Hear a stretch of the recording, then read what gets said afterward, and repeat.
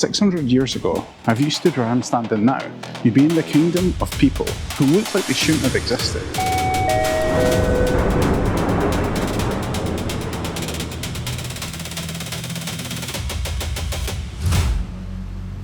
Most people know Gran Canaria for its holiday resorts, but head far away from the tourist strips, up to the rugged northern coast, and you'll be standing right on top of a buried kingdom.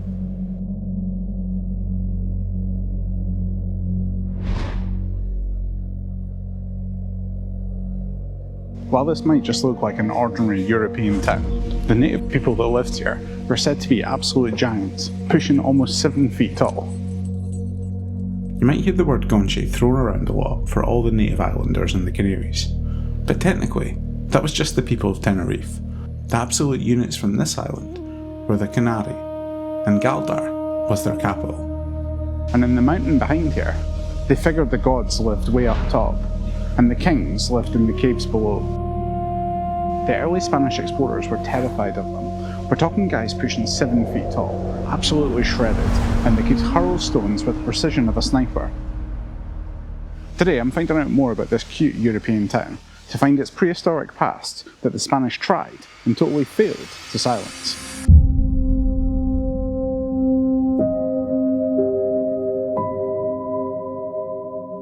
I'm standing in front of a 1,000-year-old graveyard. Most cultures bury their dead, but not the Guanche. They kept them around as neighbours. These circular mounds were royal tombs. And what happened inside is a bit of a horror story. They practiced something called mirlado.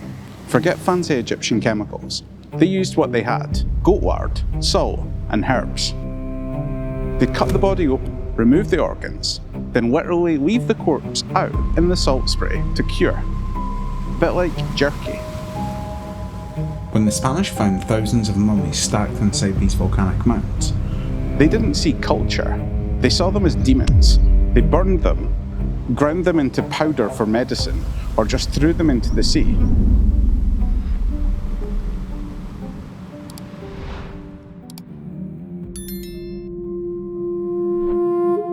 There was a secret class of women living here, called the Harimaguadas. They were like the high priestesses, daughters of noble people, and they used to, they fattened them up. From a super young age, they were literally force-fed bowls of grain and milk until they got massive. In their culture, body fat wasn't a health concern, it was a divine status symbol, and their power was pretty terrifying.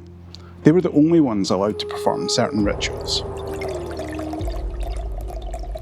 And if a criminal managed to touch one of their robes, boom, instantly pardoned. They were the moral compass of an entire warrior society.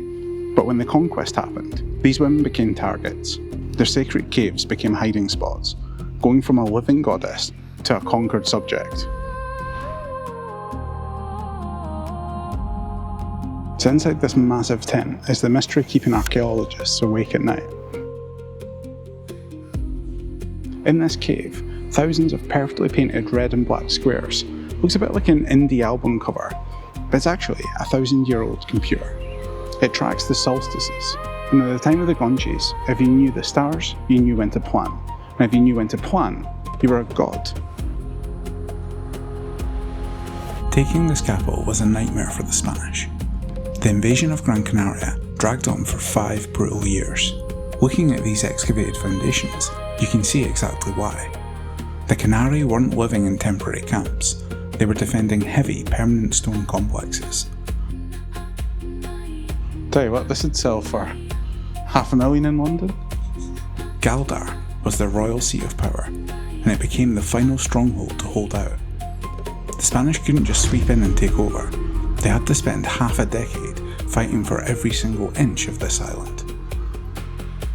The sheer brutality of that 5-year war is written directly into their bones. In the archaeological archives of Gran Canaria, there are hundreds of Canary skulls. For centuries, they fought each other using heavy stones and wooden clubs, surviving blunt force trauma. But suddenly, the fractures change, and you start seeing severe, clean, sharp force trauma. The Canary didn't have metal. Those cuts are from 15th century Spanish steel. The Spanish chronicles swore that they were fighting 7-foot giants here. The bones say the Canarii were closer to 5'10". But to a starving Spanish soldier, a massive well-fed warrior hurling stones off a cliff probably looked like Goliath.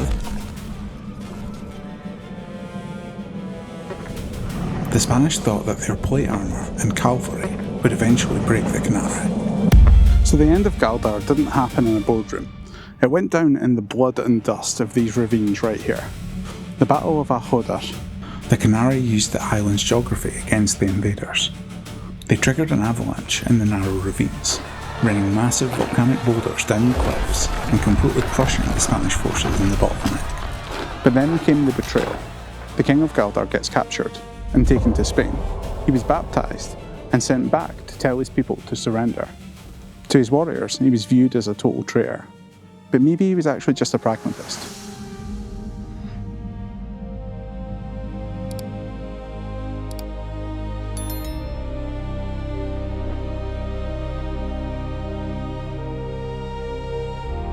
To really understand Galdar, you've got to look at the tree inside this building over here. When you cut it, it bleeds red sap. The ancients used it to heal wounds and for their mummification process. This town's exactly like that tree. It looks like any other peaceful Canary Island town on the outside, but on the inside, it's flowing with blood.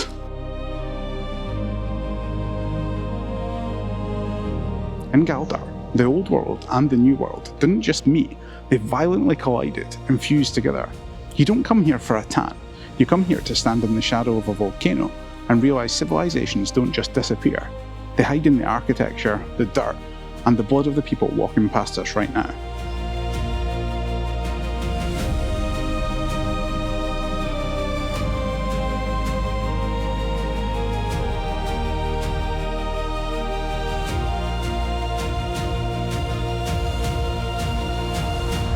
When the Canary fought, their battle cry was Atis Tirna, to the mountain, or to God. Their empire was ultimately crushed, but the Spanish couldn't pave over everything. The foundations are still right here.